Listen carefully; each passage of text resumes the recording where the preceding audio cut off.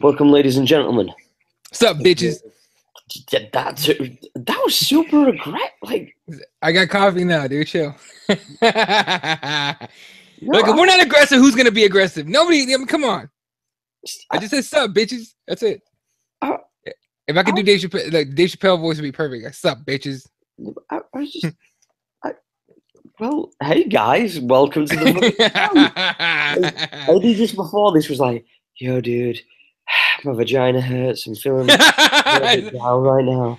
Hey, And man, I was like, yo, let's get hyped. Bruh, and then I'm trying to raise the roof off this, and then he comes through with the quickness. Bruh, that badger so works quick. Hey, fucking, did you see those pictures of Demi Lovato dressed up as Selena? No, but First, she's so goddamn fun. I am a fan now. I don't even know what she does. Boy. I believe she's. Hey, she also trains jiu-jitsu. Good girls roll. Good girls roll. That's all I'm saying. I'm trying to slide in her DMs as we speak, but I don't know if I'm allowed to. But on that note, ladies and gentlemen, welcome to the fucking show. This is the Heel Hook. As you know, I'm Lamprey. My compadre from the other side of the Atlantic, Eddie Law, aka Eddie Helwani. Motherfucker. Yo, how are you doing, sir? You feeling no. good? No. With that bullshit though. With that 280 character bullshit, like nah. Hey, I was fucking around, dude. By the way, on that, it went away. It came back. It went away again, and it came back again. I think Twitter's fucking around right now. Yo, it sounds like NBA 2K. It sounds like NBA 2K. And you know, people have been fucking complaining left and right about NBA 2K and the glitches and shit. Yeah, I'm complaining because I still haven't received my my packs, and I got that Legend Gold edition, so I got 40 packs throughout the year. I haven't received a pack since the beginning. I received one pack at the beginning. Mm-hmm. Did you hit him up already? I've hit him up like 2 or 3 times, but do you know how many people are complaining? There's people that have still not got their fucking like the players back that got deleted on Xbox. No shit. Yeah. That's why I never buy the gold edition, anything like that. Fuck that. That's why. It's also because it's expensive shit. Yeah, well, the thing was though is the VC equaled the amount what I was going to put on anyway. So I was like, well, why not get the cards? Why not get the little extra like accessories and stuff for the same amount of money I'm going to end up spending in the first fucking month anyway? So fuck it, let's go. But yeah, it is. But what I will say though is I'm rocking the hooded mellow fucking vibe right now. That's how I'm feeling because I'm trying to stay snug. Like over here right now, it is goddamn freezing, and that's. Lucky. I've been hiding from the motherfucking kids that have been coming through for Halloween. I'm like, fuck all y'all. Oh yeah, it's way late for you, huh? It's only 3:30 here. They ain't started yet, but dude, in the next like 5-6 hours they'll start. Dude, they came through at like 5:30. I was like, bro, haven't you got dinner to have or anything? Like, what the fuck? Like, I'm just thinking to myself, like, I ain't even having my dinner yet. Y'all kids, you need to be having fucking dinner. Like, you need to parents need to get the priorities straight. You know what I think is really fucked up about Halloween? If you don't have kids, then you're not having to fork out money for like candy. Whereas like the parents, it's like a free day for them to get loads of sweets for the kids for nothing. Hey, my chick, her kids are at their dad's. I ain't gotta buy shit. That's what I'm saying. Like, but it's fucked up. None of that shit. They come in tomorrow. They come back tomorrow, and they're gonna be like, "What'd you do for Halloween?" I ain't buy you shit. I ain't give out shit. I turned the lights off. I locked the goddamn door. Anyone came to the door, Kimura barked at him like a motherfucker. It's all good. You know what I did? I slept. It's literally what Bray did. Like, it's literally. I hid upstairs. I put my headphones on. I got on NBA 2K. I started grinding out, and I was just literally like, Bray, you just mark the door. You just keep the door sturdy, and then you hear it. I'm like, yeah, let him know. No, so we have new neighbors, and all they did was walk in front of our house, and Kimura's like, literally her ears pop up, and she's staring at the door, and she goes, like, it's like the preparations of a big fuck you coming your way if you try to come to our door. It's the best shit ever. So I don't know. My chick hasn't decided yet if she wants to do the candy and just like pass out, candy out front or whatever. But I don't want to do it. I don't want to do it. I'm not about that life. I will like when I get older, but for right now, I am not about that life. And I just think fuck that noise. Yeah, Halloween's just everything's so goddamn commercialized. It's about candy, and it's not really celebrating anything like really. Well, it was the Day of the Dead, weren't it? That was the original principles. Right, and like you know, in Mexican culture, that's huge. You know what I mean? Yeah, But yeah. it's like it got jacked sort of, and they went with Halloween. It's weird. It's fun. And don't get me wrong. It's fun when you're a kid and you're participating. Once you're an adult, it's just annoying. I've got something funny to tell you. I was speaking to somebody on Facebook, like a person who like I know from out and around in the UK, and they turn around and ask me a question. I'm going to ask her. I want to know, is your actual name Eddie? Because they think that your name isn't Eddie. Wait, who said that? A friend of mine from like work. He was like, he listened to the podcast like once, twice, and he's like, is your real name Eddie? Because if he's Mexican and his name's Eddie Law, he's got the most un-Mexican name in the entire world. It really is, dude. Really, really, like that's on you, but that's on your certificate. Oh, okay. Let me clear this up. Ed, my first name, 100% Eddie. That's the thing. All right, obviously you can break it to whatever you want. But here's the thing about Eddie Law. It's a nickname. All right, and look, I've said this a million times in my podcast. On my podcast, I have no problem saying it now. The fourth wall's fucked anyway. Eddie Law is my nickname from high school. You know what I mean? It's a basketball thing. So, and from after high school and shit like that. And I just ran with it because I started doing radio, and I was like, "Fuck, I need a name. I don't want to just use my name because I'm Junior." All right, and myself and my dad, we have the same exact name. Other than the middle names, I'm just Junior, right? And I've said some shit on here where if someone looks me up with my real name, they might not find me. They might find my dad instead. You know what I mean? So, I get it. I'm protecting that basically. No, that's cool. That's cool. The thing is though, is like I was like, dog, you got a point. Like, and I was like, nah, it can't be. That's got to be his name. And then when he said that, I was like, fuck it, roll with it. But it's what it is. I'm just taking care of my family, bro. You know how it goes. Let's go, man. I'm not scared. Come for me, dog. Come at the door. See what's up. My boy come through with the thunder with the 1-2. But yeah, so for the person who wants to know that on Facebook, there you go. I'm gonna have to tell them to watch this episode if they're not already watching. So that's one of those cool things. But how you been anyway? Like, what have you been up to? You just been working, grinding out? You know how it is, man. Training, working, trying to get myself ready for December. Everything's going well. You know, dealing with the usual bumps and bruises. Weight cuts on point.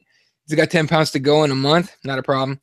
And so I'm pretty much ready to go with that shit. And then like just fucking when shit happens like today, I don't know if you heard about the attack in New York. Yeah, something I was going to see if you was aware of. Stuff like that happens, I have to watch it once, like the coverage of it one time, and then I got to bail out, dude. That shit fucking bums me out so hard, dude.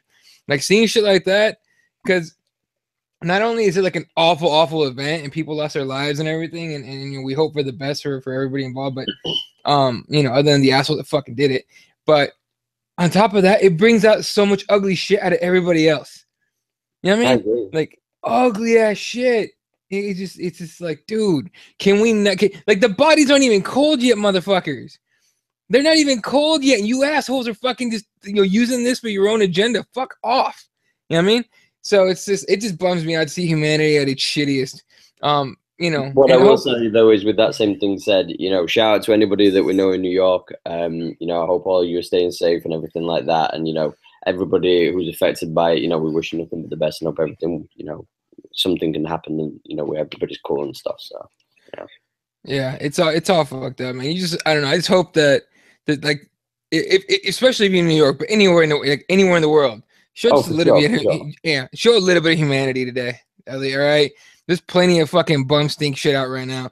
Put up some good vibes and make somebody happy, because you don't need this kind of it's almost like a pressure. You know what I mean? When something like this happens, it's like a weight on your shoulders and it's a pressure, and it's just like, oh fuck, it's very deflating. We won't go into the politics of it all, but god damn, it's just one of those things where you look and you go, well, come on, Donald, show us what you got, baby. Show us what you got, because this is New York. So this is one of those, and I don't mean this disrespectfully, but whenever I look at American culture and everything like that, whenever something happens in one of your major states, major states, counties, whatever you want to reference them as, that's when it starts to become a thing where it's like, right, this needs addressing. And it's a shame as well, because it's weird how, like, if some smaller state something happens, when it happens, and it's kind of it's done within a week, 2 weeks. It kind of fades away into the background of the media. Whereas if it's in New York, Vegas, California, anything like that, it seems to be like a major focal point. Oh, for sure, man. The bigger the city, the bigger the population. It's some scary shit, man. I mean, after 9/11, any American football game, any large gathering was just like everyone was freaked out. I remember as a kid, I went to a concert. WWE was like, "Come through Monday night, and we're ready for you, bitches." Yeah, no, I remember that. Yeah, but I remember I went to a concert maybe like a month after 9/11. I was like 15, 16. And I guess like a month later, I went to a concert, and I wasn't supposed to be there. It was an 18 and up concert, but I got in because I have friends, and so I got in, and dude, it was just like the security was tight. Just because I knew someone in security, I got in. Otherwise, there's no way.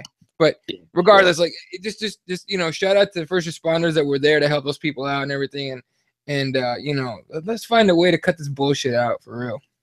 Well, speaking of bullshit, I'm going to swerve gears here a little bit, but I just want to kind of come up to a subject that we kind of not been talking about recently. But yo, what the fuck's going on with the Cavs, bro? They're 3-3 or 3-4? 3-3, right? I think the losing like, and that's what against the Knicks, and didn't you smash them out? Yeah, the Sun. I don't know, dude. Where the Magic blew them out. The Magic blew them out. Yeah. It's weird, man. I've only seen 2 of their games, and they looked okay. They lost both games that I watched, but they looked okay. I didn't watch the Magic game. I watched the other one. I forgot who. I think it was the Bucks. No, not the Bucks. Whoever it was. Dwayne Wade and LeBron, when they were on Miami, remember when they got together in Miami, everyone's like, you have 2 superstars that have almost the exact same game, which is somewhat true, right? Totally fair. I think they're missing shooting. I think they're missing any kind of chemistry. I think Kyrie Irving was a huge part of that team. I mean, huge. Not just in terms of basketball, but in terms of like the rest of the team. You tell me what you think. I thought the rest of the team looked at him and LeBron like, hey, these are our guys. They're our main guys, and we're there to back them up. We're gonna go all out. Now it's like, okay, we got LeBron, and I guess D-Wade's cool and everything, but Do you think though that what they are hoping with? I'll counter the question with: do you think that they thought when they drafted the players that they have, Rose, Wade? Do you think that those players they thought their basketball IQ, their experience would be able to carry the side along and kind of share the balance of pressure from LeBron, when in actuality all it's actually done is apply more pressure because it's the oldest team in the league, the average age, and additionally they don't have the athleticism to compete with a lot of these young sides. Yeah, that's the other thing too. It's a lot of age on that starting squad. And Dwayne Wade's basically benched himself. He put himself in the second unit, and I totally agree with that move. By the way, I thought it was fucking smart as shit. I thought when they signed him, I was like, Dwayne Wade's coming off the bench. Like, there's no way that's Dwayne Wade. And I'm like, look, Dwayne Wade's probably one of my favorite players. It's probably my favorite player since he got drafted. Like when he got drafted at Miami, I was like, oh shit, Dwayne Wade's gonna be killer. I mean, he took Marquette to the Final Four by himself. Okay. And everyone was like, oh, LeBron. At that point, I was like, okay, sure, LeBron, whatever the fuck. But Dwayne fucking Wade, let's watch this shit. And he's still been my favorite player. Even now, he's my favorite player in the NBA, like active player. That being said, in their primes, Dwayne Wade and Derrick Rose are one thing in common. Have one thing in common. Not only superstars and MVP, but ball dominant guards. Big time. And LeBron, ball dominant forward, point forward, mind you. 3 of them at the starting squad is not going to work. Okay, that's the thing. Well, at least my opinion is not going to work if they don't. It's just weird. Like for example, when they played LeBron at the point, they started him at the point. I thought that was genius. I was like, okay, start LeBron at the point, Dwayne Wade at the 2, Jay Crowder at the 3, Kevin Love at the 4, and Tristan Thompson at the 5, right? Or push them all down and put Smith at the 2, right? And cool, whatever. But it seemed like more of the scoring load was on LeBron. It was almost like the 2017 that went to the finals. It was all LeBron, and this team is all LeBron. I mean, it's a weird thing to see. They're gonna get it together, mind you. They're still gonna win the East. They'll be fine. It's just how long is it gonna take to get to that point? You know what I mean? And are they gonna do the same shit they did last year, where they ended up the 2nd seed instead of the 1st? See, the thing is, though, and I know obviously it's based on seeds as well. When obviously it comes to the conference playoffs and whatnot. But Right. the thing is, though, is they have barely anybody in that conference really who, if we're being honest, could really challenge them pound for pound. If we're talking about when the deck's stacked, I feel the Cavs just have too much. But the thing is, though, is again, like you say, is it worth risking, resting up that much to, get to the third, fourth, fifth seed for the sake of resting your players and working on your game for the first 10 games, 15 games? Getting a few victories along the way, but I don't know how it is in basketball because, again, this has been something that I've recently come back into, and this hasn't ever been everything that's mainly documented as far as I'm aware. In football, in soccer, if you're a top side and you lose your first 3 or 4 games, any of them, say the first 5 games, you lose 3 or 4 of them, you get sacked. So Yeah, is that a common thing that happens in basketball, or is it one of those games they kind of hold tight and they just go, right, this is our guy, we're sticking by him regardless? I mean, okay, sure, the Suns did it this year, right? 3 games in, all losses, blowout losses, and Earl Watson's gone, right? Not only that, Eric Bledsoe's bench for some, but that's a whole different issue. Yeah. That, by the way, Ryan McDonough, you should be fired, like right the fuck now, you asshole. Anyway, we'll talk about that later, or in a little bit, whatever you want. But it's not common at all to fire a coach that early. It's happened a few times, mind you, in the history of the league. Yeah. Earl Watson this year. A few years ago, it was, or a couple years ago, a few years ago. I mean, they fired the head coach of the Cavs. What was his name? They fucking. Hey, you remember that guy? The guy from that coaching in Europe, and he killed. Okay, well, they fired a guy who was David Blatt. They fired him after taking the Cavs to the finals. And then that's when they put in Tyronn Lue. God, right? I think you'd be amazed how, in football, how many managers get sacked per season.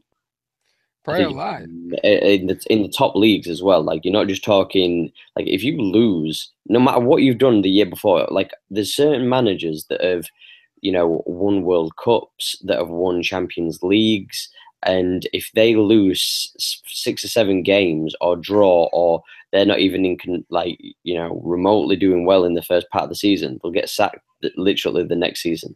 Like, there's no, they'd rather pay out 10, 15 million to get rid of them and get somebody new in.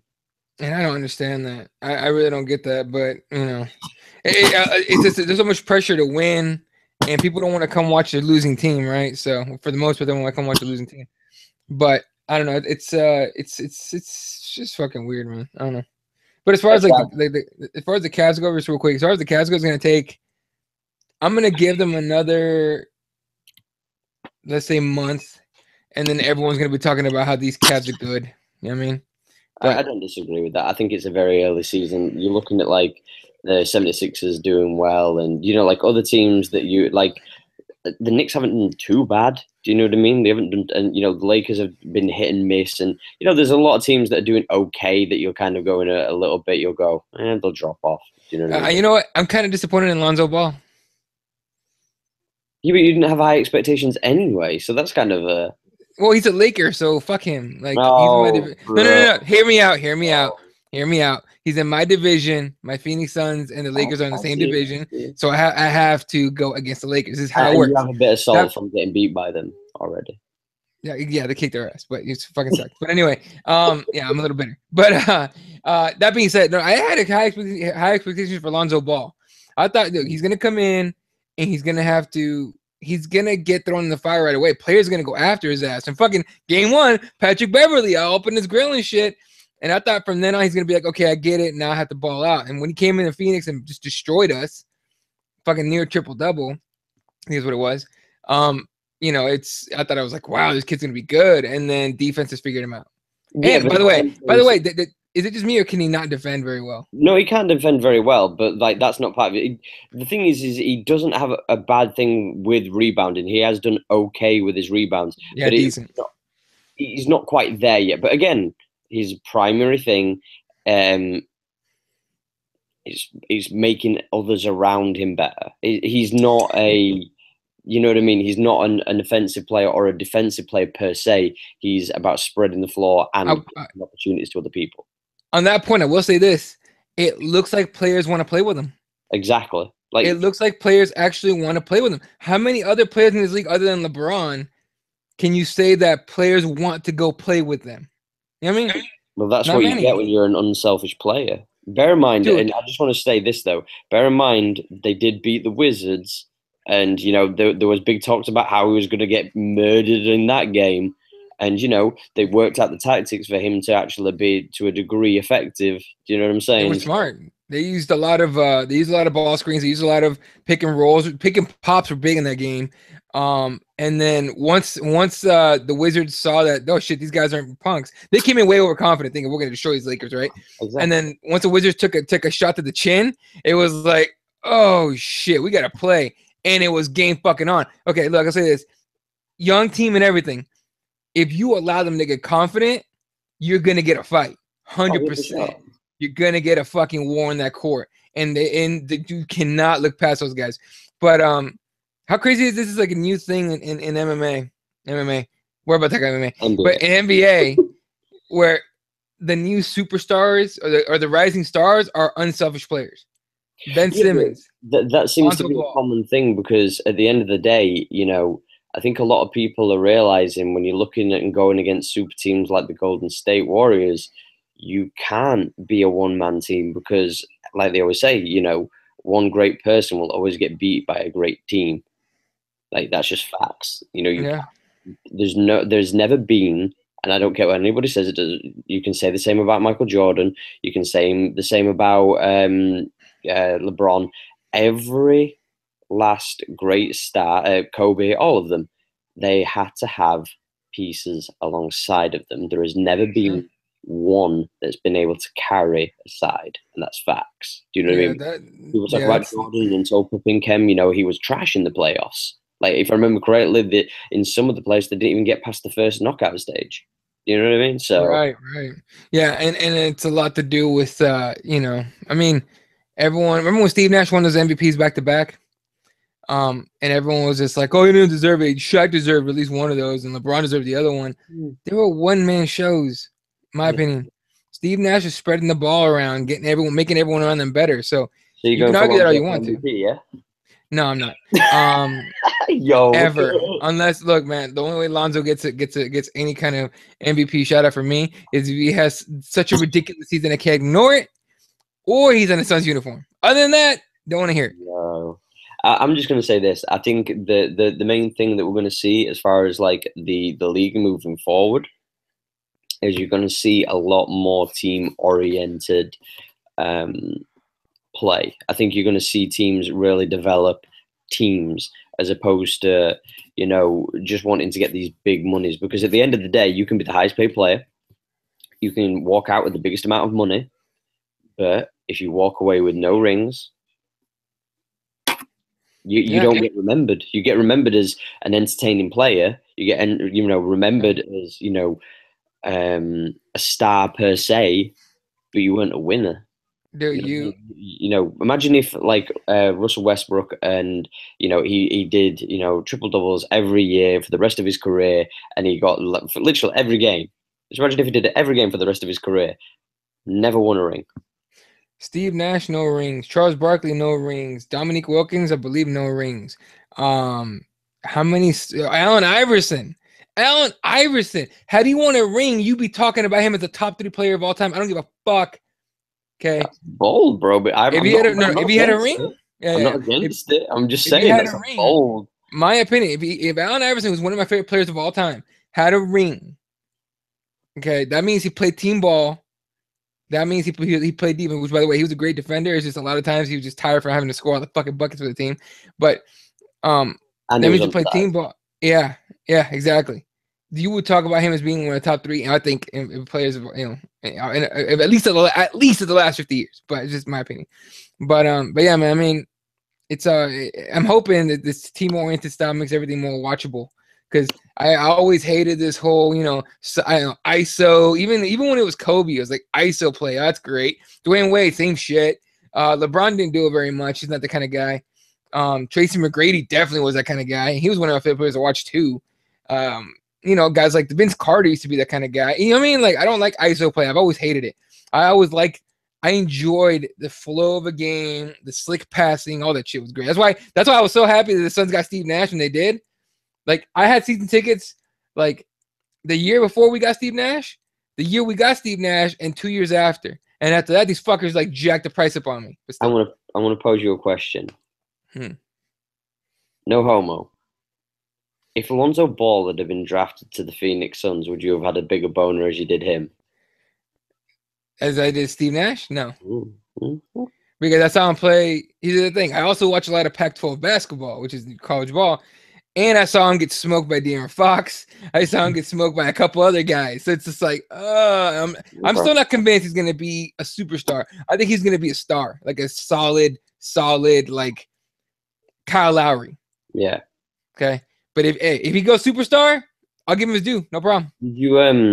One thing I found out today, and I didn't know this. You know Barkley, you mentioned him just a minute ago. Right. You know one of the reasons why he is not, and I think Miller's not in there, and there's some other players. But you know why they're not in NBA 2K? Don't they want money? Do they want to get paid big time? Paid to be in it, whereas you know, like other players, they don't get paid. Yeah, I mean, Michael Jordan gets paid. I know that. Pretty sure he gets paid. I think he only gets paid for the Jordan aspect. I don't think he gets paid for having his player in there. No, I don't think he gets paid. I mean, I think that was part of the deal. Yeah. But yeah, I don't think, you know, like the fucking KG's in there, Paul Pierce is in there, all these retired guys are in there. Kobe's not, is he? Kobe's in there. I haven't tried the Lakers, obviously, Suns fan. But okay, Kobe's in there. Hey, I have no idea then. I mean, I knew they wanted to get paid. Yeah, and Reggie Miller. Like, we want money to be in there, and it's like, but yeah, he's one of the only big names that, you know, when you look at like these all-time great teams, you know, when you play and stuff, and you can pick, you know, the 96 Chicago Bulls, and you know what I mean? Like, you can get the all-times, yeah. Nope, no back. The all-time Suns team, I went on there and my lady was looking at the roster. She's like, "Where's Barkley?" And I'm like, "Oh, Barkley's over there waiting to get paid." Like, anything, Barkley and Miller are friends. So where do you think Reggie Miller got that idea? Anyway. Well, all I know is I pray for my Bulls as they go against the Miami Heat tomorrow. So. Time to get murdered. By the way, we're doing well for getting that number one. How's the stare down between Portis and how do you say his last name? Mirotic? Mirotic, thank you. Mirotic, how's that stare down going? Who's going home? Who's getting sent out? Unfortunately, I think Mirotic will be the one that gets sent back. I think too. You know what's the worst thing? I actually, from, you know, again, for people who don't know, I recently came back into watching basketball and stuff like that. So I've been catching up on this, that, and the other. And I watched a lot of Mirotic play and stuff like that. And, you know, I actually think he's a decent player. And to hear that, like, he might potentially be leaving kind of makes me sad inside. I'm not going to lie. I'm not going to lie. Real quick, and this is the last thing I'll say about Mirotic on it, but I'm not convinced he's going to be a piece that the Bulls need. No. You know what I mean? Because, I mean, he's nice now. He's dropping – the weird part is even without, like, superstar play, he's dropping only, like, 10 points. Which, if you think about it, Jimmy's gone, D-Wade's gone. There's more basketball to be around, and he's not getting shots. It's just weird. It just makes me sad because we have obviously spoken about this, and the fact is we know the Bulls are going to be a team that lottery that are going to be number 1, number 2 picks for the next 2 years probably. Hey, my sons will be right there with you, man. I don't know though, because you've got some good pieces. Like Booker's a good piece. Oh, man. We got great pieces. We have an asshole for a GM. First of all, this motherfucker immediately. Okay, so the whole Eric Bledsoe thing where he tweeted out, "I don't want to be here." And he says he didn't want to be at the hair salon. You want to know where Eric Bledsoe was when he tweeted that out? At the fucking hair salon with his wife. Okay. Now, could it be some like because he's also he's got the same agent as LeBron? He's under he's under LeBron's agency, I think. Something like that. But he's the same agent, right? But he's with LeBron. He could be, you know, one of those tweets where it was just like, "Hey, I don't want to be here, but I'll talk about the salon, not the real team, but maybe the team." To send home a guy you're paying that much fucking money to. And then to basically destroy his trade value by calling his character into question, a bunch of this shit, you're fucking the trade value. You're not going to help us, dude. You're not gonna. I mean, like before that, you could have gotten a first round pick, like a high first round pick from somebody.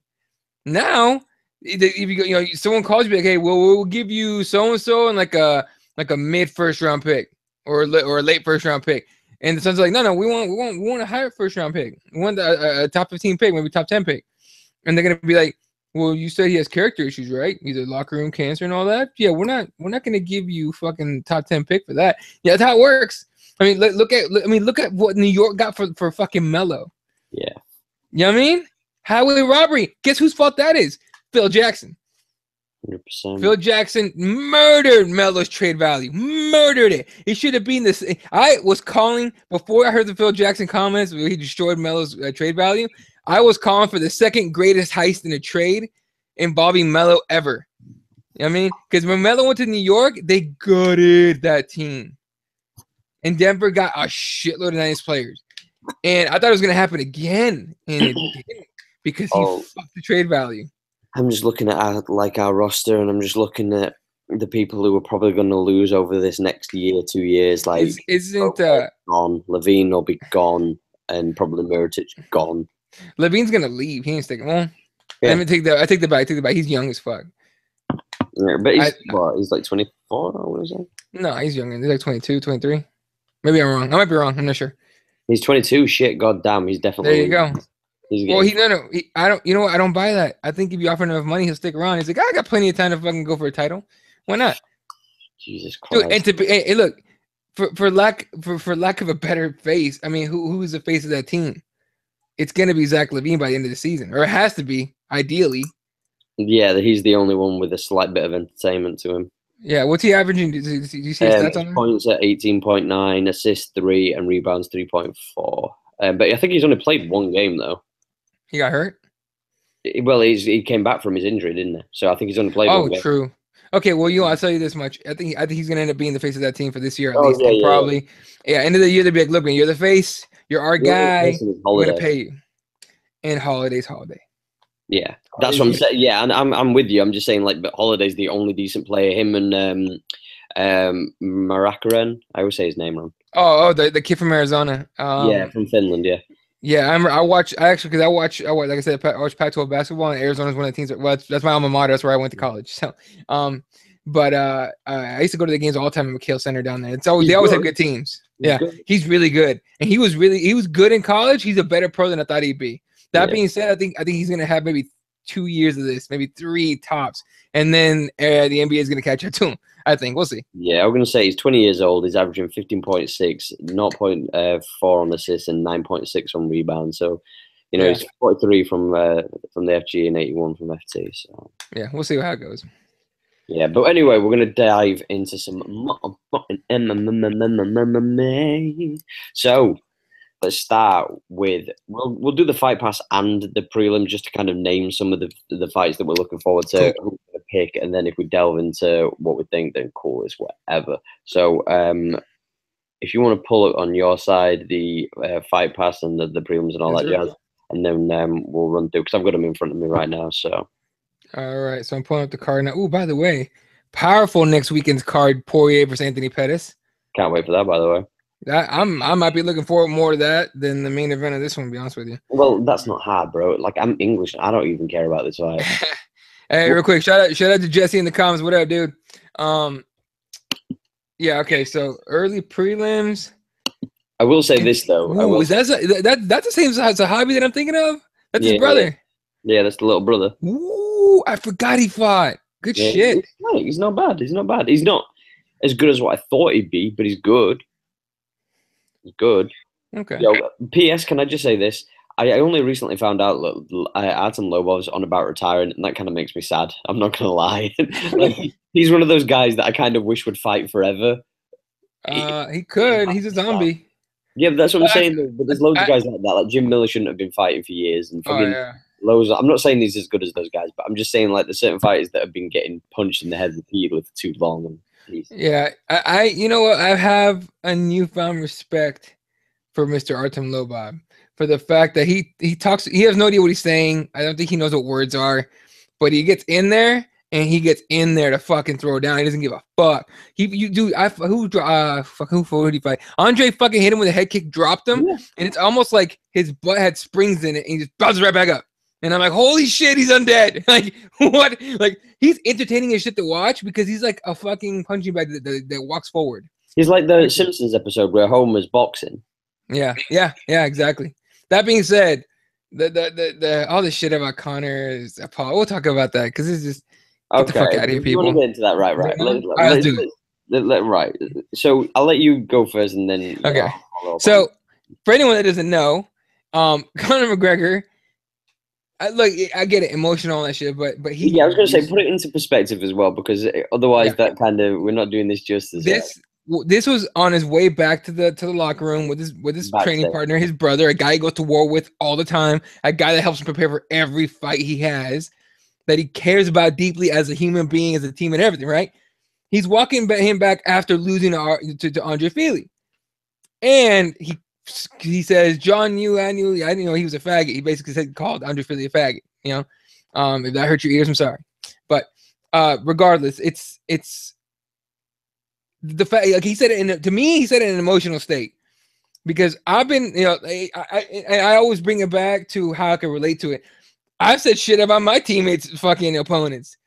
You know what I mean? I was like, man, fuck that motherfucker. That was some dirty shit. Fuck that dude. Do I really mean that guy can go fuck himself? Not really. I don't know the guy. He could be a really cool guy. You never know. You know what I mean? But that was an emotional state. So anyway, so now everyone blew up about this shit. And I don't know if the interview was yesterday or today at some point. I think it was yesterday. Like last night. So it'll be into today. Yeah. Yeah. So yes, last night he had an interview. I don't know who. I don't know the fellow's name. But he basically, not even half-assed. He kind of quarter-assed apologized. And people are upset because they believe he didn't actually apologize. He explained himself. He doesn't have to apologize. I mean, he really doesn't. You can just stay mad at him if you want to, because people are pissed. There's some people that are pissed about it. There's one fella who was part of MMA media, I guess, and he has a history of white knighting the shit out of everything. I mean, social justice warrior to the core. It's almost like that guy that fights for women's issues but doesn't actually believe it, and he's only doing that to try to get a date. You know what I mean? He's like that guy. That's what he sounds like. That's what he talks like, and I don't give a fuck. I said it to him before already, and he blocked me because of it. So, yeah. But regardless, I said a lot. I gotta stop doing that. But the whole apology thing, like, look, dude, it just happened. That's all it is. At this point, it's just clickbait for the next couple of days, and we can move on. But it's just like, come on, we're really gonna get crazy and fucking stupid and pissed off about this shit. You know what I mean? Like, he explained it. He kind of apologized. He said he was sorry. I think he said he was sorry about it, right? I think he said that he was sorry, and he gave the context of the, why he was saying it. But what I want to point out additionally is, and we've got to take this into account. Yes, he should be careful with what he says, 100%. 100%. When you're in the media spotlight, yes, you have to be careful of what you say. But I also have to say this. I do think it's a dirty thing, in a way, in my own opinion, but this is just journalism, it is what it is.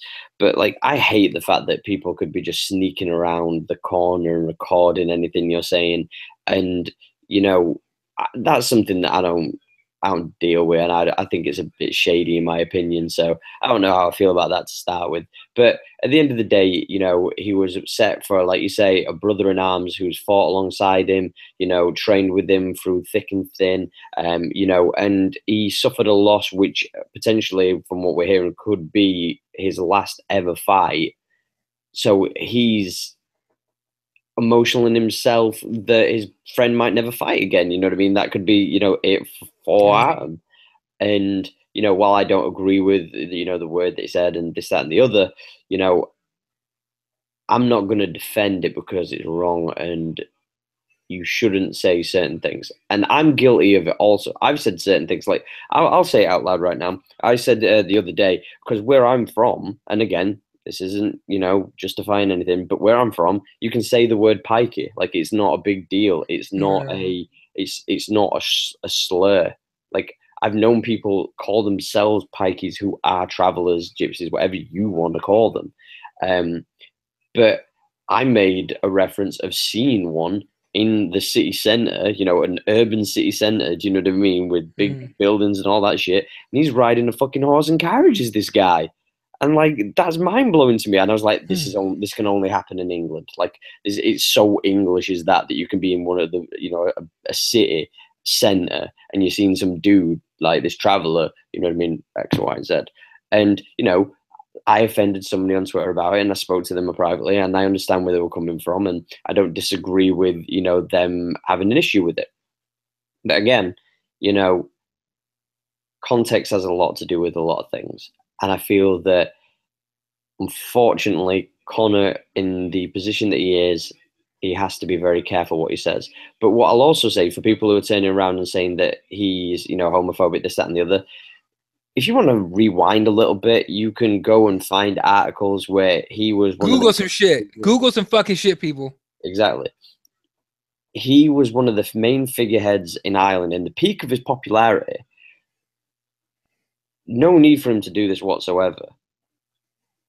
Literally no need. He was working with groups to help get gay marriage legalized in the Republic of Ireland.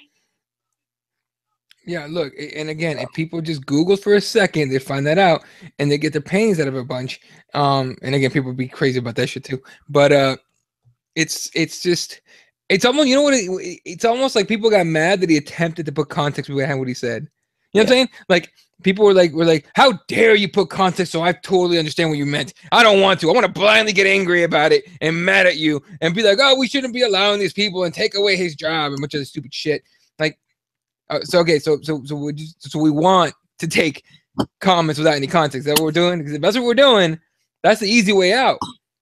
Get some context in there, understand what he said. All right, but people don't want to get mad. There's people that are called professionally outraged. They're just outraged about everything. Thus, the little media, the MMA media motherfucker I was talking about earlier, little fuckhead. All right, that is a professional guy who's professionally outraged. That's all he does. I can't believe this. How dare you put context in there? And then I was told by a friend of mine that knows that follows that guy to get a good laugh at the stupid shit he says. And he goes, yeah, I mean, can't believe this dude fucking said this, and this. And I was like, okay. And then, you know, Conor McGregor's, you know, interview came out, and he was like, that's not like an apology. That's not enough. Like, get the fuck out of here with your shit, dude. People will, regardless of him saying this, would have found a way to hate Conor. There's just some people who are just going to hate on him regardless. He could turn around and save like 1,000 kids. He could have stood, and I'm going to say this, and this is really horrible, but he could stand in front of a fucking shooter and he could take a bullet for someone. There'd still be some people who are like, yeah, but he didn't defend his title yet. You know what I mean? Like, well, that's everybody. I mean, shit. People get shit. People get pissed at, you know, YouTubers and still watch their shows for whatever reason. So, yo, let's go. I'm saying, look, I don't understand if it's a mental issue, if it's just an asshole issue, if you hate your life that much. You know what I mean? Someone kicked your dog or someone took your girl or your whatever. It's just like, dude, why are you hating on random people? I mean, Conor McGregor gives zero fucks about you getting mad at him. I don't give a fuck about it. I mean, what the fuck? I'm with you. But yeah, so that was one of the things that, you know, needed addressing. So that's an elephant in the room. But yeah, so going on to the UFC 217 prelims, you know, we mentioned how do you say his first name? Zahabi's brother. Ayman Zahabi. I want to say it's Ayman. I'm not 100% sure. We're rolling with it. We're butchering. All right. You've got a Mexican and an Englishman trying to say some goddamn names. Ayman Zahabi versus Ricardo Ramos. So yeah, man. And I'm assuming that for us is going to be his brother's corner, right? Yeah, 100%. If GSP's in the building, then I'm presuming that he'll get that one as well. So. All right. Yeah. I mean, I don't know anything about this Ramos guy. Submissions look good, obviously, but as a hobby, for us, a hobby has a history of putting really well-rounded fighters together, right? Like bringing their weaknesses. Like Rory McDonald had a striking background, I want to say, when he came into to MMA, and then for us, a hobby was like, here's some ground game, mix it all together, and let's go to work.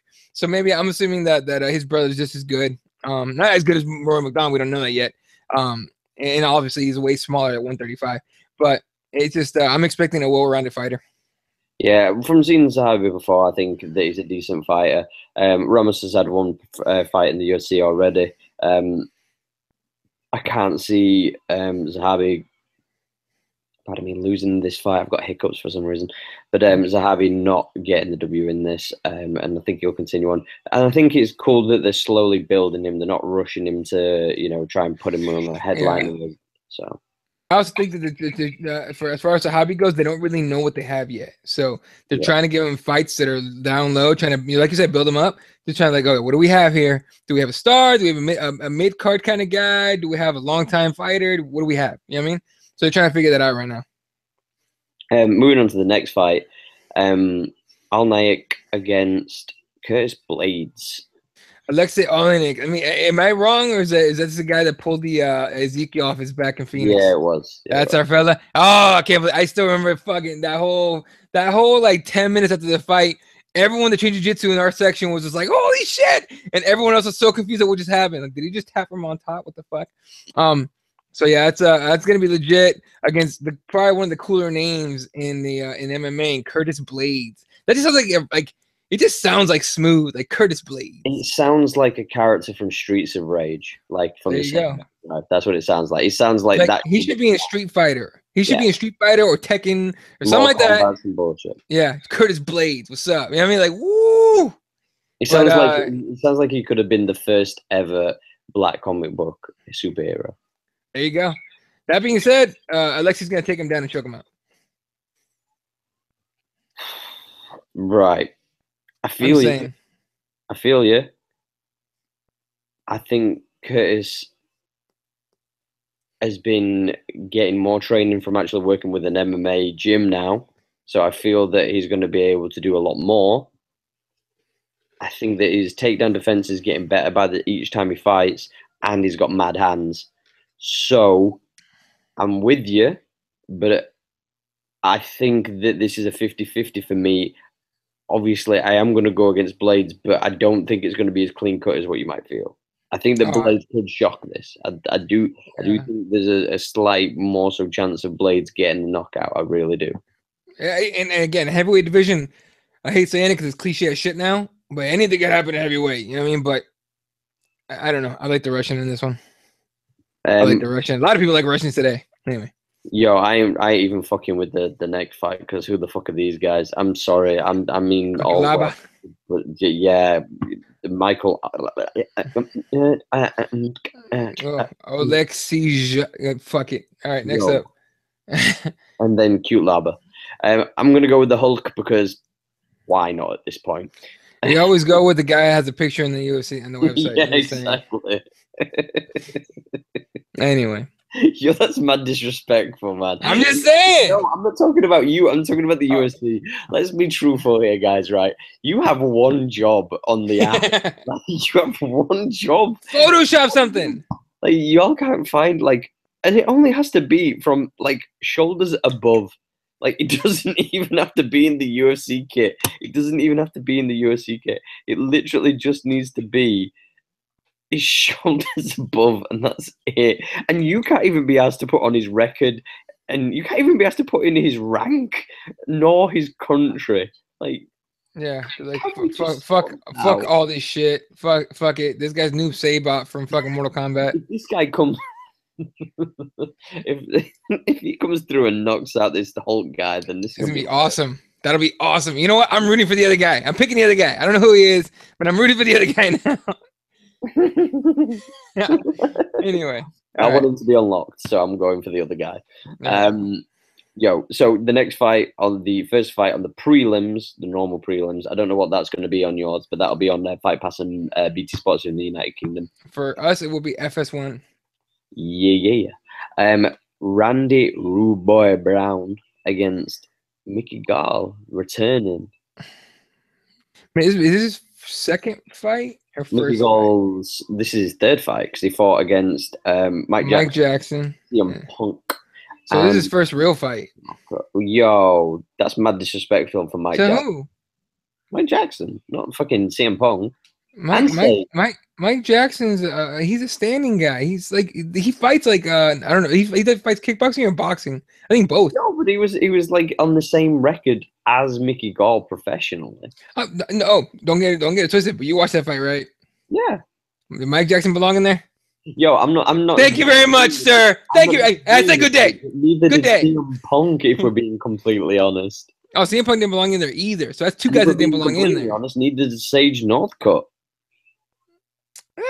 He's had a couple. He at least won. Yo, I'm just saying this. He at least won. I get why people like Sage, and I do think he has a lot of talent. My problem is I don't believe that he's as interested in being an MMA fighter as everybody else who he fights against. I don't doubt it whatsoever. I just think he's like he just does what he's told. He's like, by the way, do you buy that act? Do you buy that shit? Yeah, you know Mr. what? Hey, Mr. Gall, thanks for kicking my ass. Haha. He sounds like fucking Mickey Mouse. I agree. Hey guys, I'm a cage fighter. I just train every single day. I eat my vegetables and I drink my milk, Mr. White. Mr. White, thank you for the fight, Mr. White. I appreciate it. Huh? The whole time. That's all it is. Mouse. That's exactly what he sounds like. That's what he sounds like to me. Mickey fucking Mouse. Yo, I'm just saying, like, to me anyway, I just feel that he's an athlete competing in MMA. I know he has a karate and kickboxing background and all that stuff. Cool, I understand that. Yeah.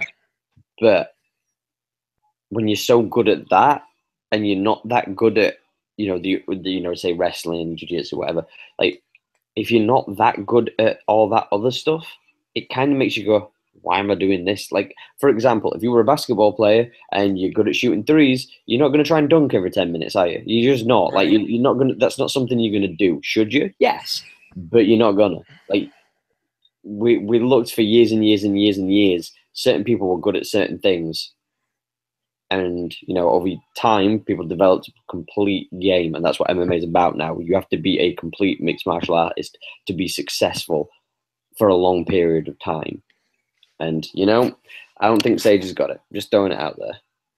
Yo, the hardcore MMA show coming through. Jeremiah. What up, boy? Shout out to you guys. It's still funny. Christ. I've got so much love for them guys right now. Yeah. Jeremiah's the man, dude. He's cool.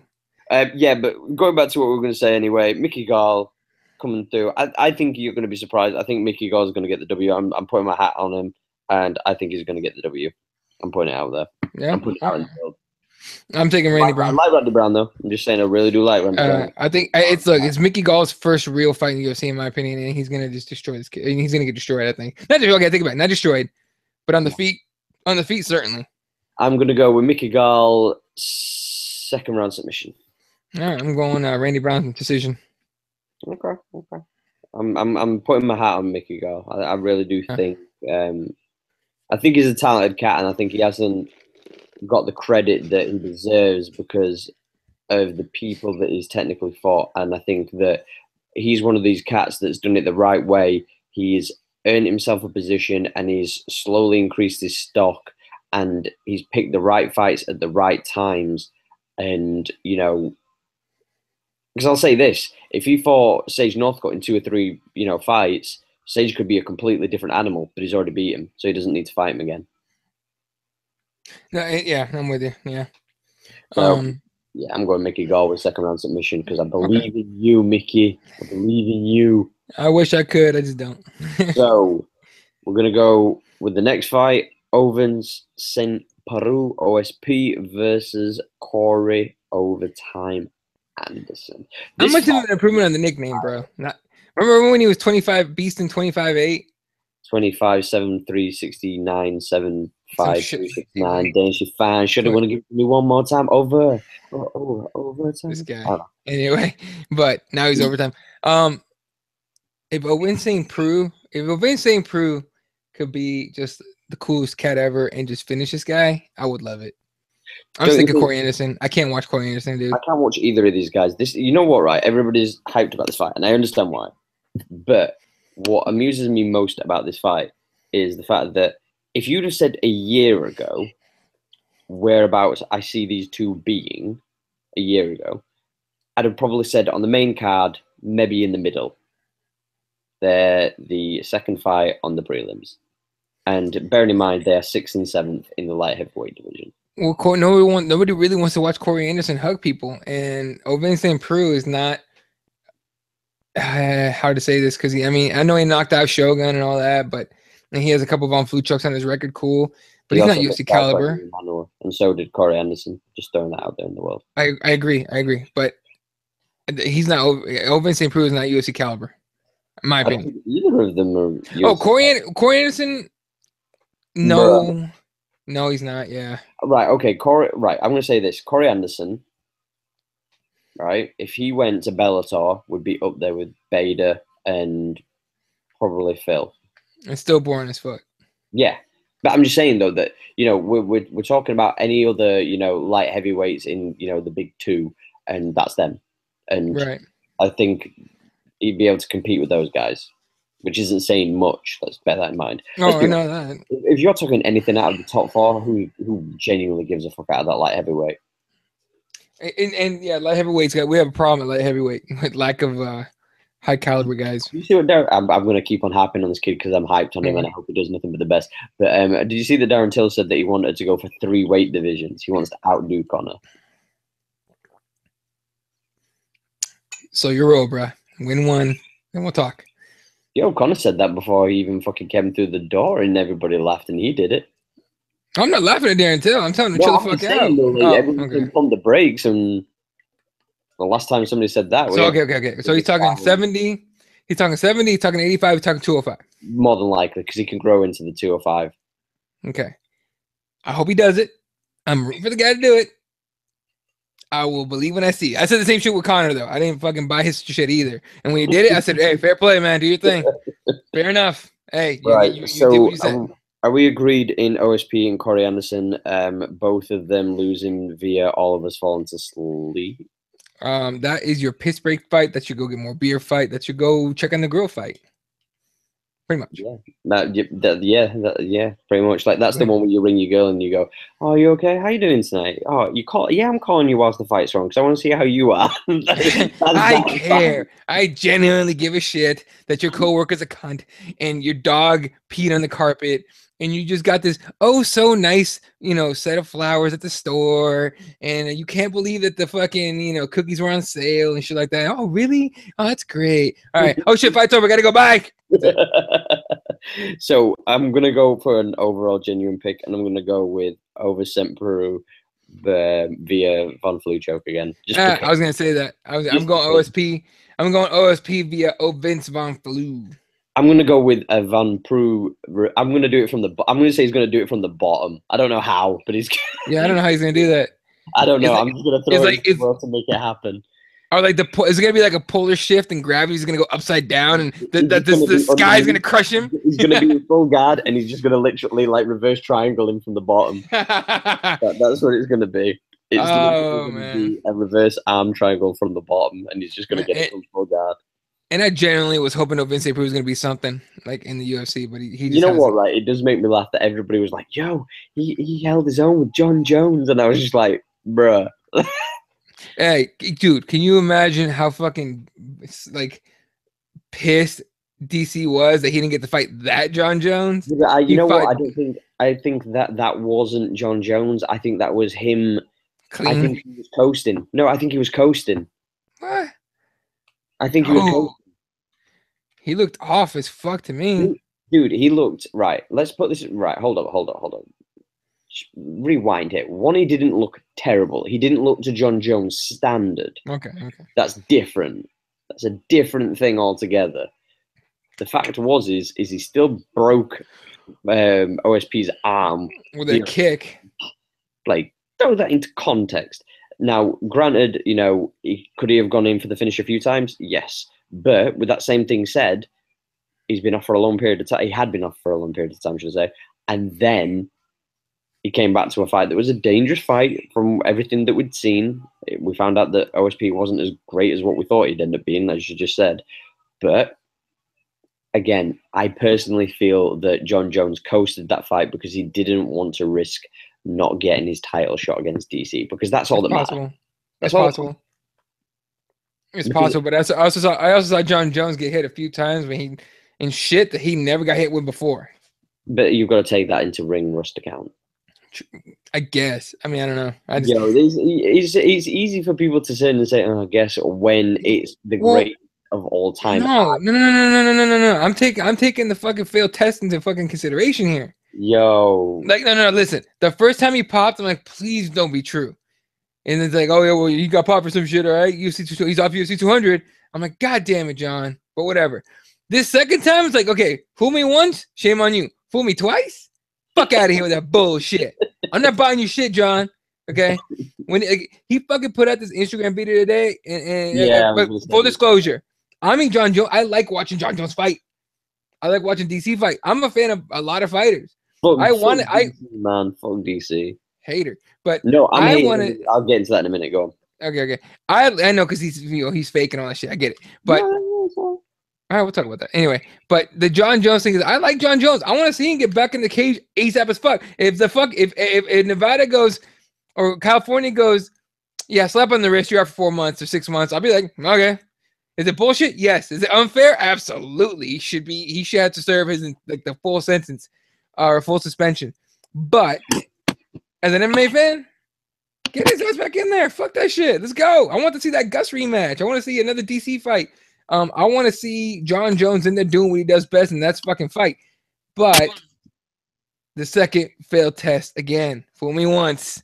You know what I mean? And it's just like, to me, it's just like, dude, you just put everything about you in doubt, man.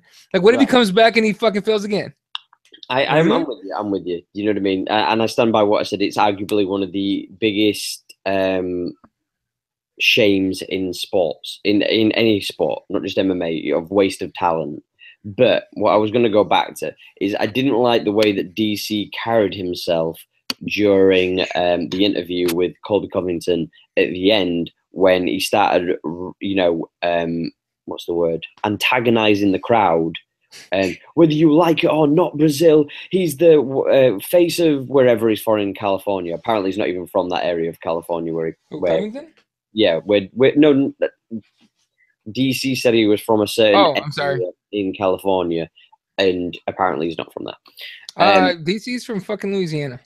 No, but I'm just saying that he said that Colby was from... I'm sorry. Okay. So he was like, whether you like it or not, Brazil, and it's like, DC, you're not a fucking manager from WWE. You're a fucking employee of the UFC, and you're enticing and antagonizing the fucking audience. Like, excuse me, sir. I'm gonna look that up on YouTube because I didn't see that. I'm just saying this. Like, was it in a sense? Right? How can I phrase this? You would never see Joe Rogan antagonize an audience. You would never see Brian Stan antagonize the audience. Yeah. The reason being, I'm not going to throw Dan Hardy in there because we know he wouldn't either, but DC felt the need in Brazil where people get snatched. Do you know what I mean? To antagonize the crowd when he knows he's going to sit at the front with all the security around, and Colby's going to have to run by them. He's going to have to run by them. And did he have to run? Fuck yeah, he did. Dude, they got him out of there. Come on. I just thought it was just very unprofessional from somebody who's, everybody's bombing because John Jones pissed off. Well, boo fucking who. Doesn't mean that you have to be a fucking unprofessional prick when you're getting paid a boatload of money. Come on. I get what you're saying. I like DC fighting. I enjoy that. I don't think he's a good fighter either. I'm throwing that out there. God damn. All right. I think we've talked about this before. Question marks. Yeah. Various of his key wins.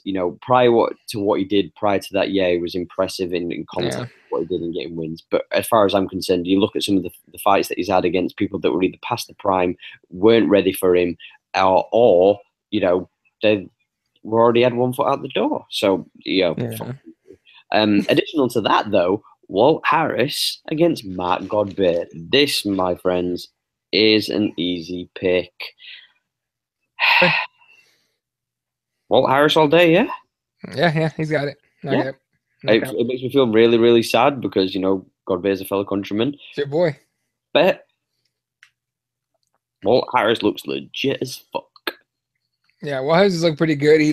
When he lands, he hits like a brick house. So it's he should be landing pretty easily, honestly, in this fight.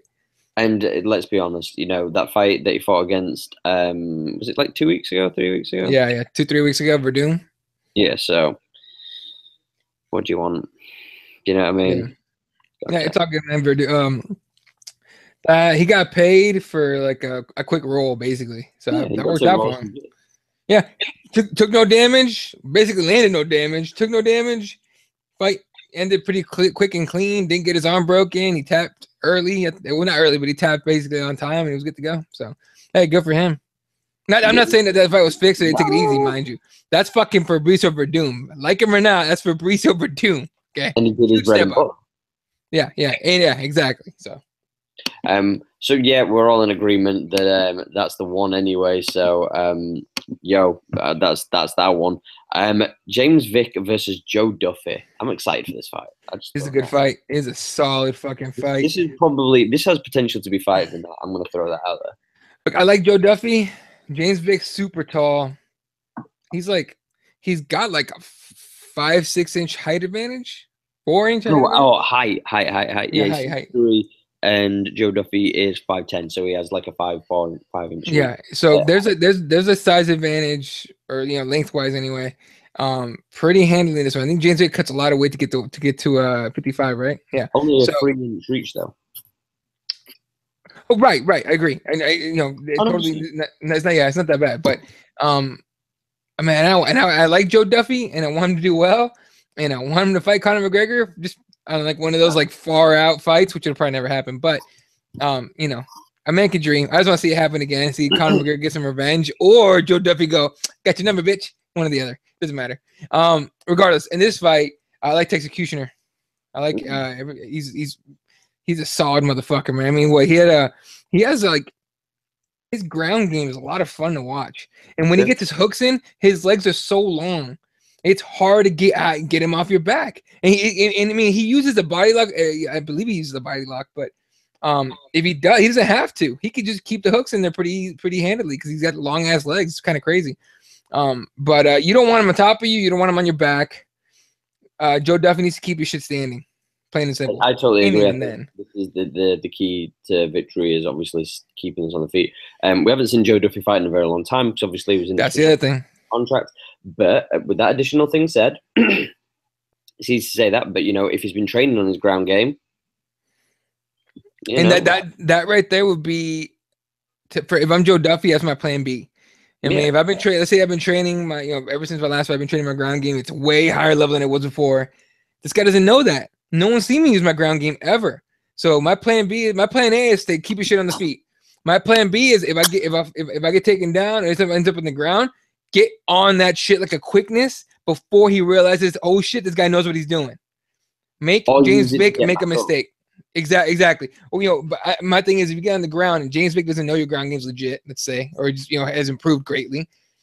If I'm Joe Duffy and this gets to the ground, I snatch a sub real quick, as fast as I can. Not because not because I want to get in the fight quickly, which would be great if you do, but because I want James Vick to be like, oh, we're going to the ground. This is my world. Because a lot of times overconfidence means you take it a little easy. And that's enough time to get your neck taken, your arm taken, your knee barred, heel hooked. He subs as Joe Duffy as well. Yeah, he's got some. Yeah. But I mean, if you take off his fights that you've seen in the UFC and James Vick's fights, you lean heavy James Vick at the ground game. So I think that you have to look into account as well. Joe Duffy got through into the Lions Den very deeply due to the fact of his his McGregor on the other side. They were hoping so bad that he was going to be almost as good and they could make that rematch happen. I mean, and I guarantee McGregor was like, yeah, give that guy somebody. He wins this fight right here with his big name or decent sized name. Get him in here. I want my win back. When they put him against Dustin Poirier, that was probably the next, the look and going, that right there. Yeah, he lost that fight, right? He got knocked out by Poirier. Yeah. If he wins that fight, please believe Conor McGregor's like, give me that little motherfucker right now. I'm going to take him out. So, I'm still gonna go with Joe Duffy because okay. I really do like his game. I like his hands. I think he's got decent takedown defense. And obviously he's had a lot of time to improve and work on certain things. So we don't know what kind of guy we're going to see. Obviously there's still ring rust. I do like James Vick, and like you say, he's got a great ground game. And he's obviously got a height and a slight reach advantage. So it's a very 50-50 for me. I think this is going to be one of those fun fights. I think this is a sleeper. I think a lot of people aren't going to talk about this fight until, you know, it comes up and go, oh yeah, I didn't know these guys were fighting, because it's not one of those fights that gets spoken about too often. And, you know, it kind of is.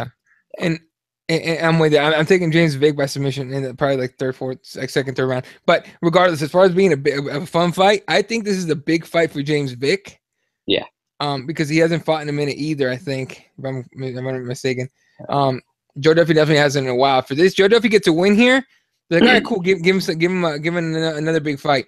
If James Vick wins here, one more fight, and you're talking about him, you know, start, you know, calling people out for title shots and shit. But his last fight was against Marco Polo Reyes at 211.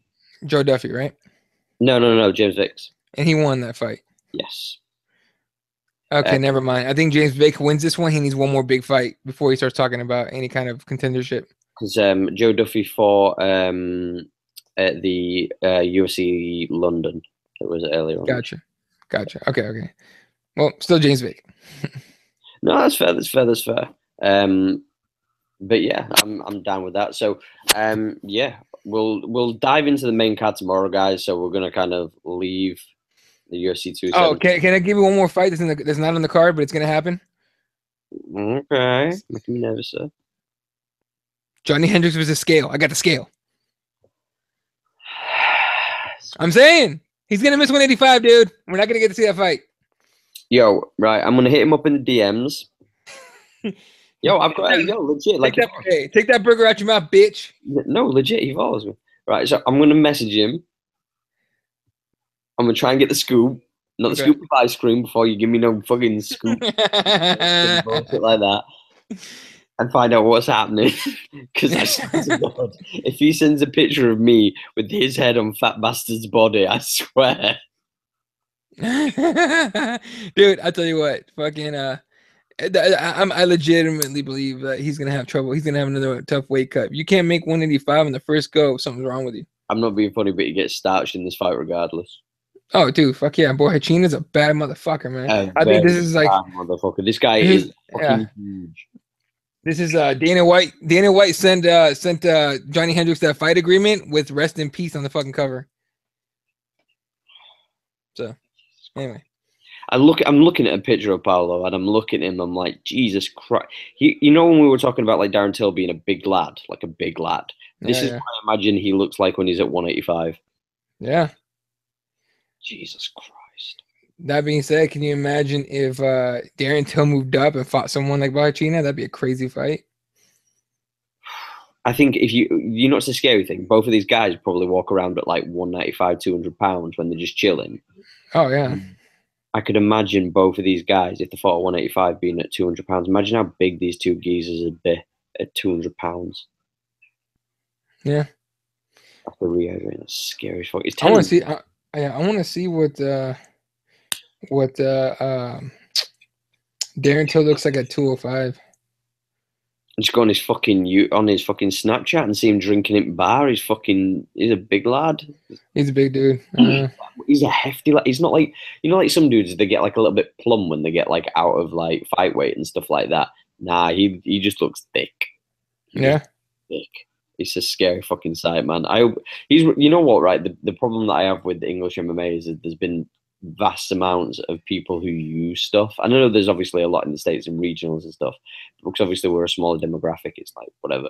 But I always worry that any of our guys that go over there will eventually get popped for something stupid that like we use over here, but we don't have like the strict testing that they have over there, and somebody's going to get popped. I'm not saying Darren Till's on anything, by the way, because loads of people were accusing him after his last fight.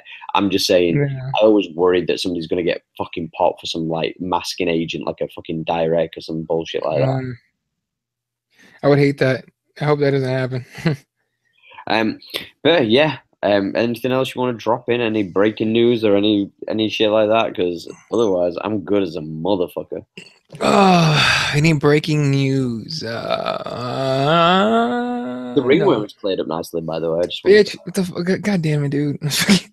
I'm just messing. I'll throw this out there. Tomorrow night, Keyboard Warriors, 6:30 p.m. Pacific time, 9:30 p.m. Eastern time. And at some point, once fucking daylight saving time ends, changes here, I'll have to update those times. So keep tuned. But tomorrow night, still the same time. Yeah. Additionally, you can find the Heel Hook show prior to that. You can call that like the pre-keyboard show if you want to. There you go. There you go. Dive into deeps. But yeah, we'll be on tomorrow again. Are we doing 9:30 or are we doing 10:30 my time? Which one? Tomorrow? Tomorrow, yeah. Oh, okay. We do tomorrow. But yeah, we're booking this right now, guys. So you're getting breaking news right now. Breaking news. Shit. Let's do this. Fuck. What are we doing tomorrow? It's my day off in the gym, so we could do anytime that works for you. Actually, 9:30 is fine with me. Yo, we'll go with the 9:30 Greenwich Mean Time, which means that it will be. What would that be? 8? Would that be 2:30 for me. 2:30 Pacific time. Pacific time, yeah. And if it's 5 hours, it'll be 4:30 in Eastern as well. So yeah. Yeah. So well, I can talk. 2:30 p.m. Pacific time before 5:30 p.m. Eastern time because it's a 3-hour difference right now. Again, that'll change this Sunday, so we're gonna have to update all that shit, but it'll work. Yeah, so that's all good, guys. Make sure that you tune in tomorrow as well. We'll be breaking down the main card of UFC 217. Additionally, I want to thank the sponsors, Receptra, keeping Eddie healed up for fucking going hard for them golds. Keeping me just sane and keeping my body right from just the wear and tear of everyday living, and also as well, I think it's just one of those important things. If you don't know or haven't ever seen anything to do with CBD, Google it. CBD oils. See the hype is real, but also some of the stigmas that are alongside it are completely false, and the health benefits are exponentially superior to anything that these people are trying to portray that aren't true. Additional to that, what I would recommend is if you get the opportunity, go onto our SoundCloud and search for one of the episodes where we speak to Lane. Lane is an expert in CBDs, cannabis, and he's a well-esteemed writer in that community.